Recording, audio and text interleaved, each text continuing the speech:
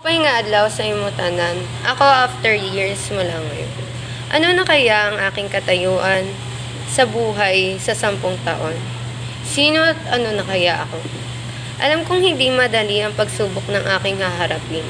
Dahil bago ko makamit ang aking pangarap, maraming magbabago.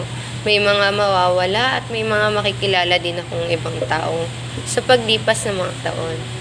Ang pangarap na gusto ko ay makatapos ako ng pag-aaral at makahanap ng magandang trabaho sa mataas ang sahod para maiangat ko ang aking pamilya sa hirap. Ang kahirapan sa buhay ay magiging motivation ko para maging matatag at magsumikap ako. At alam ko din na hindi ako pababayaan ni God dahil si God ang magiging gabay at sandalan ko. Lahat naman tayo ay may kanya-kanyang pangarap na gustong matupad at makamit. Kaya gagawin natin ang lahat-lahat para makamit lamang yon. Kahit nasabi nila, libre lang mangarap. Pero para sa akin, walang mahirap sa taong may pangarap sa buhay.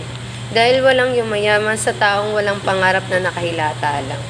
At sinasabi na lang sa sarili na pangarap lang kita. At naniniwala ako na walang imposible sa mundo. Naniniwala din ako sa sarili ko na kaya ko kasi kung sila nga nakaya ako pa kaya. Kaya, I'm Leia Mateo. Nakikita ko ang sarili ko after 10 years bilang matagumpay na businesswoman. Damo nga salamat.